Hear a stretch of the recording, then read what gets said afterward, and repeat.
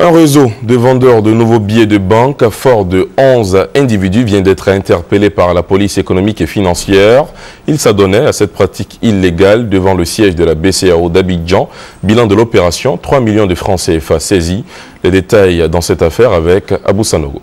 Il y a des gens qui font un travail qui n'a pas de valeur ajoutée. Ils n'apportent rien du tout. Ils font un travail aussi qui est le commerce de l'argent. Le commerce de l'argent est une activité qui est très réglementée. Vous voyez les banques, n'importe qui ne peut pas faire les opérations de banque. Et ce qu'ils sont en train de faire peut être assimilé aussi à des opérations de banque. Parce que l'opération de banque, c'est recevoir des dépôts du public, mais aussi mettre des moyens de paiement. Ils n'apportent rien du tout.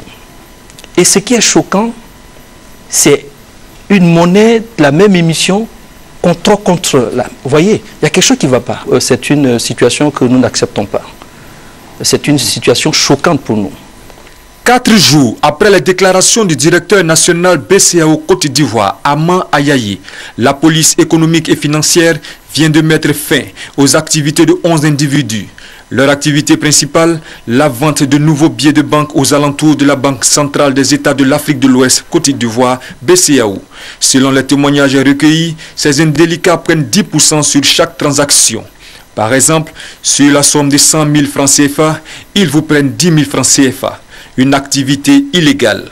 L'opération lancée ce jeudi par les agents de la police économique et financière a permis de récupérer la somme de 3 millions de francs CFA en nouvelles coupures de 500 francs, 1000 francs, 2000 francs, 5000 francs et 10 000 francs. On a interpellé une dizaine de personnes qui s'adonnent à ce trafic dans toute la BCEAO. Donc on a pu avoir 3 130 000. Ils s'approvisionnent en nouveaux billets et ils vendent ces nouveaux billets contre les anciens billets. C'est illégal. Et leur présence aux alentours de la BCEAO, qui est l'institution financière légale, le fait trouble les activités de cette banque. En attendant d'en savoir un peu plus sur la provenance de ces billets de banque, qui, précisons-le, sont de vrais billets de banque, ces 11 individus seront mis à la disposition de la justice où ils répondront de leurs actes.